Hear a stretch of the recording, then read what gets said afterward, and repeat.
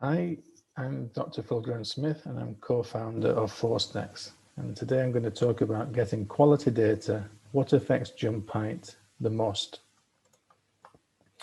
So I'm going to perform a case study of an athlete doing a few counter movement jumps and do a little sensitivity analysis of the data output. And let's see how the effect of body weight, onset threshold, and start of integration affects jump height and movement time. Protocol is the one athlete is performing counter movement jumps on a set of force platforms. In this case, they were Kistler, they were embedded plates. Kistler are what we class as a high-end triaxial force plate system. They were embedded in a running track. We measured body weight on each plate individually, first the left, then the right, and then we have split stance where we can see the load shared equally between the left and right legs, performing a jump, reset. See the movement here where the athlete is resetting, stabilizes, jumps again, stabilizes, jumps again. So we should have 5 measurements of body weight there. This trial lasted for approximately 30 seconds. Once we've got the trial, we would split it up into 3 separate jumps. And from the force graph, we can work out acceleration, where we subtract body weight from this to get the net force, divide by mass to get acceleration. And then through a process of integration, we can get velocity, which is the blue graph, and then displacement here in red. So the 3 jumps there, which show how we get the displacement from the force. So we're going to calculate jump height from flight time and impulse displacement methods. So the jump height is when the acceleration here, which is when the force goes to 0, acceleration goes to minus 9.812. And from the flight time between the 2 blue lines here, we use a formula 9.81 g times flight time squared over 8, gives us our flight time derived jump height. And then we're going to look at how the effect of movement threshold of 20 newtons, a fixed value of 20 newtons, 5 standard deviations of baseline force, and the 10% body weight threshold affect these measurements. And then we're going to look at shifting the onset of integration earlier by 100 and 200 milliseconds. During this initial weigh-in on both plates separately, we measured over 1 second, that's 1,000 samples. And then prior to initiating the jump, we measured body weight over 0.5 seconds or 500 samples within that steady period. So this is the trial again. We're going to set a movement threshold to the fixed value of 20 newtons. We've got body weight measurements here, almost 625, 623.5, 619, 620, 622 newtons. When we look at this pre-trial body weight measurement here across these 3 jumps, we can see that the standard deviation around from the point of onset of measurement here, we're looking at 10 newtons, 2.5 newtons, 9.5 newtons. So multiplied by 5, we get 51, 12, and 48 newtons as our 5 standard deviation Newton threshold for onset of movement. So looking at using this pre-jump body weight, so not having a consistent body weight, but just using the 3 measurements here, we can get a measurement of jump height from flight time and one from impulse displacement. And there's a little bit of discrepancy between the 2. Now, what I want to show you is that if we took the average of these 3 body weights here, we come to 620.7. And when I put 620.7 in to the equation to process this, to measure the impulse derived measure, Shifting the body weight just by 1 or 2 newtons here can have a big difference on the jump height. So if we look at jump 3, for example, where we originally quoted or estimated it around 622, and then we take it to 620.7, there's a 0.96 centimeter. So it's nearly 1 centimeter difference in jump height there, just by being under 2 newtons out of off on the body weight. So 1.28 newtons, which is 0.13 kilograms, can make a 0.96 centimeter difference in jump height. It's that sensitive. Now, just to reinforce, this is taken from the onset the onset of integration is here. So that's going to have, as we'll see later, that's going to have another effect on the quality of the data that we get.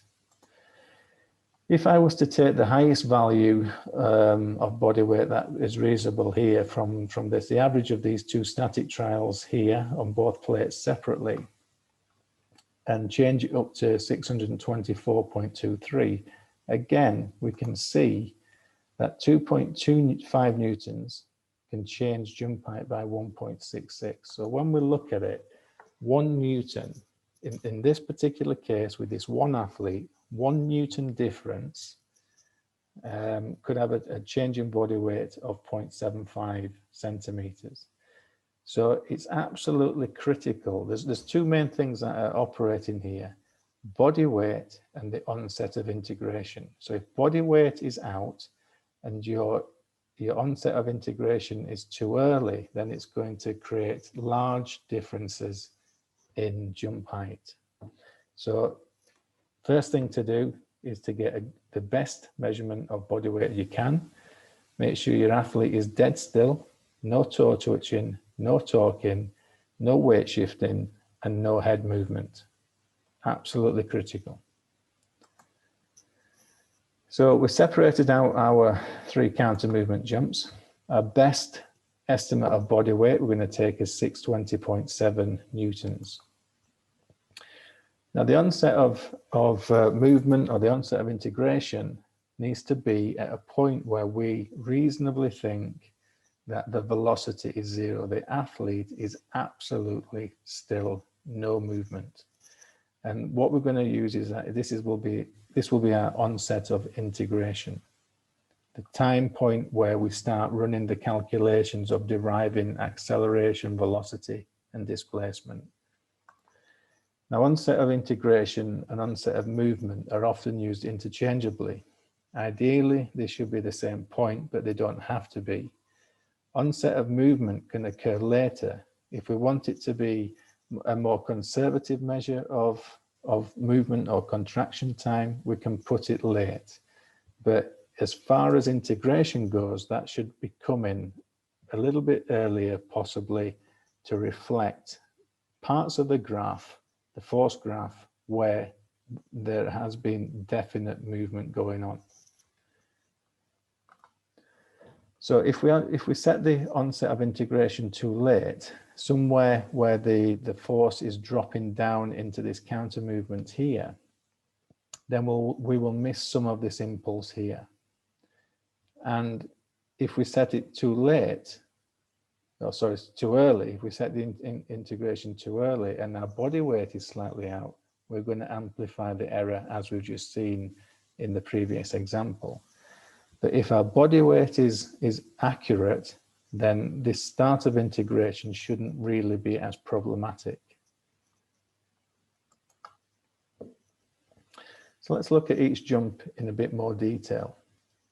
I'm just going to zoom in here. So the green dotted line is 620.7 newtons. The grey dotted lines is a fixed 20 Newton threshold, plus or minus. Blue is plus or minus 5 standard deviations, and orange is plus or minus 10% body weight. So zooming in further, let's just see at what points does the force time curve cross these thresholds. Here is a 20 newtons fixed. Here is the 5 standard deviations, and here's a 10% body weight. The effect of that could be around 21 milliseconds in movement time, but the change in jump height is around 0.1 of a centimeter, or 1.5 millimeters. That's pretty small. Jump 2.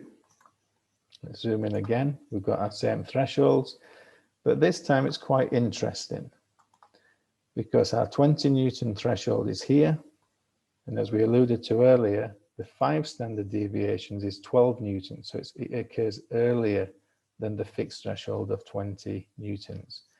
10% body weight occurs late, coming down into this, the definite part of the counter movement. When we look at the effect on contraction time, movement time, and jump height, we're looking at 0.7 milliseconds here and 15 milliseconds here between the 10% and the 20 Newtons.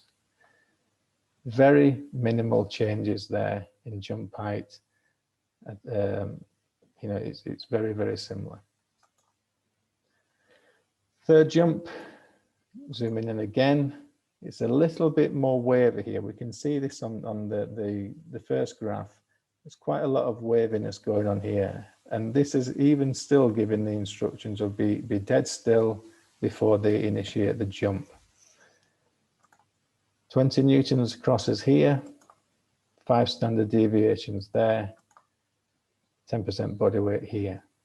Now, I would argue that this movement here is not representative of being still. Even though the instruction was to be still, there is still a little bit of movement. So starting some integration here would be problematic because we're not capturing these little differences between the body weight and the force time curve. So that probably would be a good indication why the jump height is around 0.5 centimeters less when we're looking at setting the thresholds here at 48 Newtons and 10% body weight. Again, around 21 milliseconds difference in movement time. So in my opinion, I would say that on the basis of this one trial, randomly chosen, that the 5 standard deviation threshold is inconsistent and is dependent on how strict you are on instructing your athlete to be as still as possible prior to initiating the jump. So let's now look at moving the start of integration to that onset of movement. Jump 1, we've got the measurements here. So we've got the different force thresholds for the 3 jumps, 20, 51, and 62, the 10% body weight, and the difference in time there, 20 milliseconds, 0.1 of a centimeter. Jump 2 is the same, what we went through before, very small differences in movement time and even smaller differences in jump height.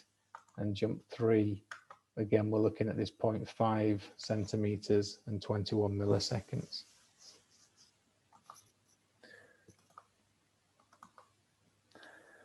When we look at one jump, this is the final jump. We set the force threshold to 20 Newtons and we're shifting the start of integration to the onset of movement. And what you can see here is a very distinctive difference in displacement. And 2 Newtons difference in body weight creates over 1.5 centimeters difference in jump height. So our chosen body weight is 620.7. If I now shift this to 618.7, I'm getting 1.534 centimeters more in jump height. We've got a jump height now of 47, not 45. And when I increase the body weight up to 622 by 2 Newtons, I'm going down to 44, which is a reduction in 1.5 centimeters.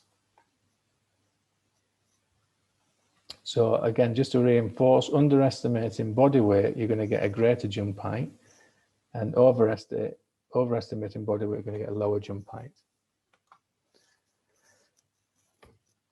Now, if I now use the 5 standard deviation threshold of 48 newtons on that same jump and move the onset of movement and integration 100 milliseconds and 200 milliseconds earlier, we can see this shift here in the graph.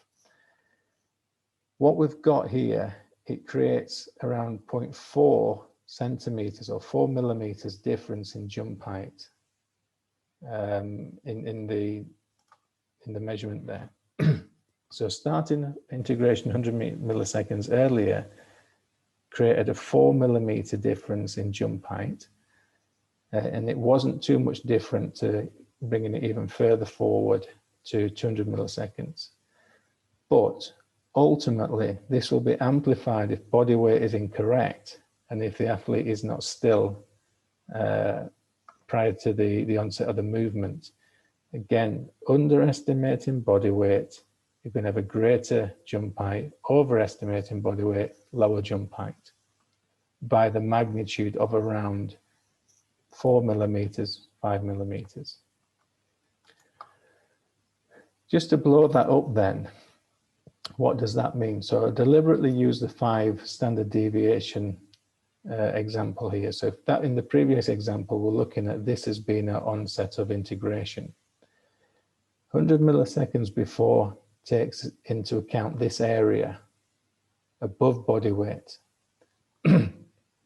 And taking it 200 milliseconds earlier gives us this additional positive impulse, and then there's this little bit of negative impulse here. So the net change in impulse between having a fixed onset here of 20 newtons and 5 standard deviations here, we're actually capturing this little bit of unsteadiness here within the force time curve. So bringing it forward, starting the integration earlier by at least 100 milliseconds will allow us to capture some of these irregularities in the force time curve. And the key word there being movement. Do these irregularities detect movement?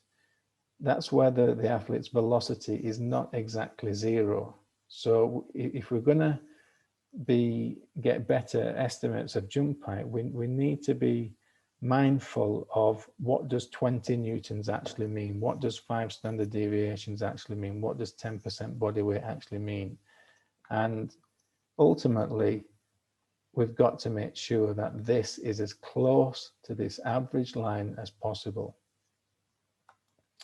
So in summary, body weight measurement affects displacement or jump height the most. Typically, 1 Newton difference in body weight can be around 0.7 of a centimeter. Onset of integration can affect jump height by up to 4 millimeters, more so when body weight is inaccurate and the pre-movement force is not stable. The onset of movement threshold can have minimal effect or up to 4 millimeters in jump height, again, depending on stability of the force pre-movement. The fixed force threshold of 20 newtons captures pre-movement instability, may give you slightly longer contraction times of around 21 milliseconds. The 5 standard deviation range from 12 to 51 newtons, and again is dependent on the pre-movement stability of the athlete. For me, this gives me an inconsistent threshold and could give differences in movement times of around 20 milliseconds, depending again on the pre-movement stability of the athlete. The 10% body weight produced the lowest jump heights because it wasn't capturing those first 20 milliseconds of movement, but it gave us the most conservative movement times for the movement time or the contraction time. But when all is said and done.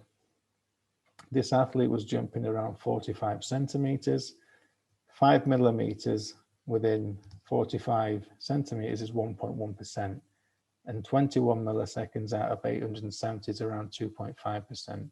Now, I know we need to get this down as low as we can to make our systems robust and our data as robust as we can. But the reality is that it's all boils down to your protocols and ensuring that your testing is rigorous. You can't expect the algorithms in the software to accommodate for poor data collection. So take home message. You have to be tight on your instructions and administration of the test. Ensure the athlete is dead still when measuring body weight and for 2 seconds before initiating a jump. No toe twitching, weight shifting, head movements, dead still. Use a consistent body weight measured at the onset of testing. You cannot lose or gain weight within a 30 seconds trial. So let's keep the body weight as consistent as we can. When an athlete is adhering to instructions well, the choice of onset of movement threshold should not affect jump height or movement time, not significantly. The key is to adopt a consistent threshold and onset of integration, which is important for trial-to-trial variability and for developing your own normative data. I've used 20 newtons for almost 30 years because it's 2 to 3 times greater than the typical noise threshold when you do some testing when the plates are unladen. So what my recommendation would be, zero your plates, and wherever your situation, your environment is where you're testing, capture some data where the plates are unladen and look at the amplitude of the noise that you get in your specific setting. Typically for me, it's around about 5 to 7 newtons positive. So I'll be looking at doubling it, tripling it, which gives me that threshold of 20 newtons, and keep that fixed value, whatever it might be, keep that fixed value and make it consistent for all your testing. Thank you for listening. I hope you enjoyed that. And if you've got any questions, then please get in contact with me through Vald.